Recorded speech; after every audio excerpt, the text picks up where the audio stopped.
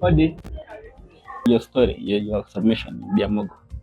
Ulikuwa umesema school fees. Can you tell us a little bit about that?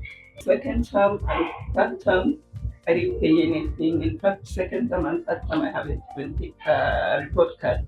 But my worry is they already sending a school chat group that we have to accompany our kids to school. Mm-hmm. And for you to be able to accompany your kids to school, you must have completed the school fees for last year. So Sisi, today we have come to tell you that we will be paying this school fees. Wow. For the whole year. Wow. We will be paying her school fees for the whole of next year, and also we will be covering arrears of the past 2 months, for the past 2 terms. So the arrears that she had for school, January, you can unaweza tembea naye shika mkono na furaha muingie shule. Submit kwa MOGO ili kwa deal na arrears ya rent na arrears ya school fees once, ndio. So hiyo kwanza tuseme hiyo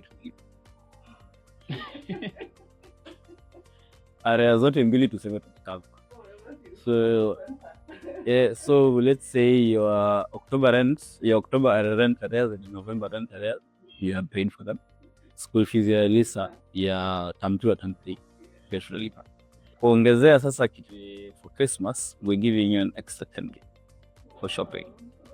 Thank you.